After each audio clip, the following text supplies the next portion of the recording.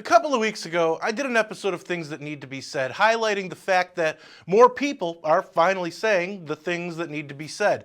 You all seem to like it, so I decided, what the hell? Let's do more of that. I love it, and you guys seem to as well. So without further ado, let's hear more things that need to be said. Hey folks, your resident man in black is back again for a new edition of the best kept secret in the conservative movement, Things That Need to Be Said. For MRCTV, I'm Kangadis. Really quick, head on over to Rumble, subscribe to our channel, and hit that like button. And no matter where you watch our videos, please share, like, and don't be afraid to leave a comment. I actually read what you guys have to say, and I occasionally respond, so don't be shy. Now, on with the show. All of you that have watched my commentaries over the last 7+ years know that I'm not shy about saying anything and everything, so long as there are receipts that back up my comments.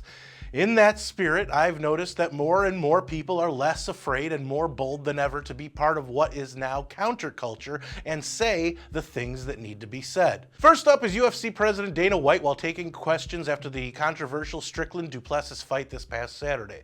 Of course, it was in Canada, so they don't really know or care about free speech, especially if you're a trucker or farmer.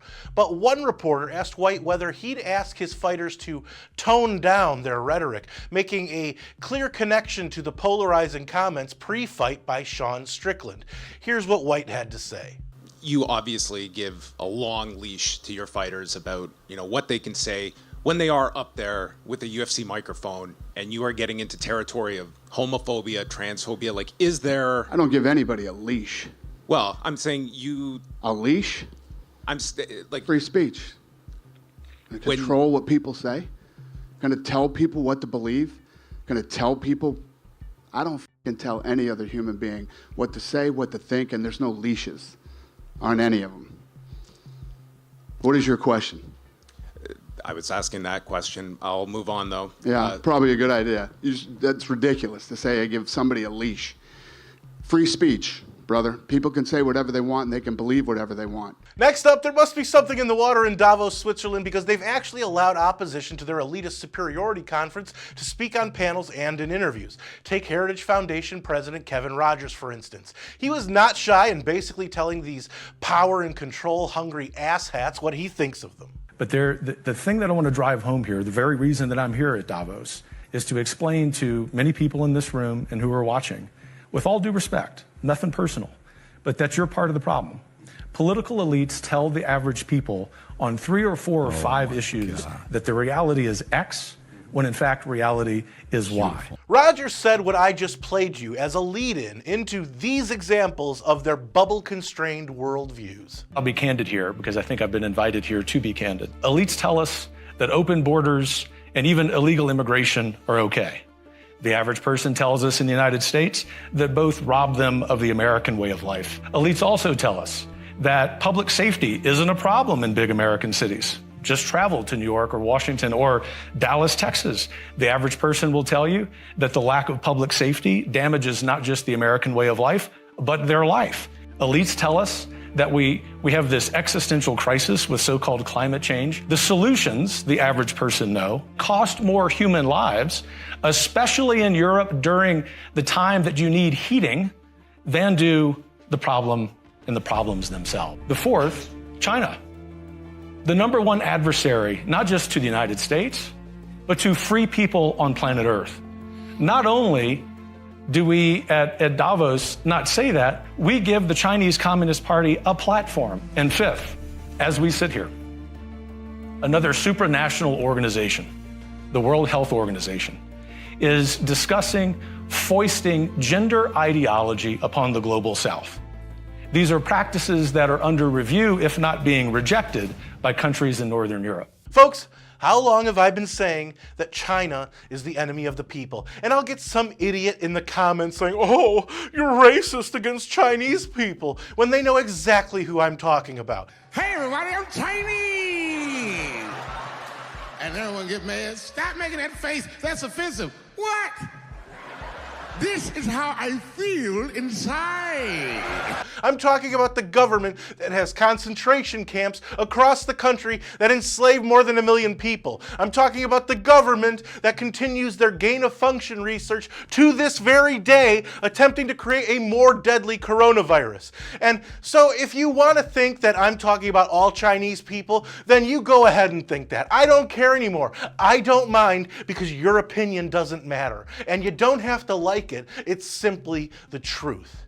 And while I could continue with clips from the cancerous World Economic Forum, led by the modern-day Joseph Goebbels in the form of Klaus Schwab, particularly with the words of Argentinian President Javier Milei, I'm going to show you a little bit of one of the best clips of the last week that I watched in the hours of footage that I watch every single week of what's being said in Congress. Representative Chip Roy of Texas called out all of Congress, and rightfully so. People are tired of getting a complete lack of representation from their representatives. Nobody in this country looks at Congress and says, wow, heck of a job, guys and gals. Well done. Who would do that? Would we do that? By the way, it does not matter who's sitting in the speaker's seat or who's got the majority. We keep doing the same stupid stuff. Roy then went on to destroy his colleagues across the aisle who think politics and policies in Washington, as well as the value of your lives, is a game. I'm addressing the chair on behalf of the people that I represent who are dying in Texas because of Democrats. Directly because of Democrat policies. And they can shake their heads all they want, but the blood of the people in Texas are on their hands. If only more members of Congress had the stones that Roy and very few others in DC have when it comes to saying the things that need to be said. I've been saying for as long as you've known me that the government hates you. 95% of the government hates you. They hate me. They hate you. They hate us. If they didn't, more of them would march for life. More of them would visit the border to see the invasion they are allowing to occur. More of them would try to take less money out of your wallets and pocketbooks only to enrich themselves and the people that lobby them. And more of them would know when to step down instead of sticking around in DC until the tree they planted no longer bears fruit.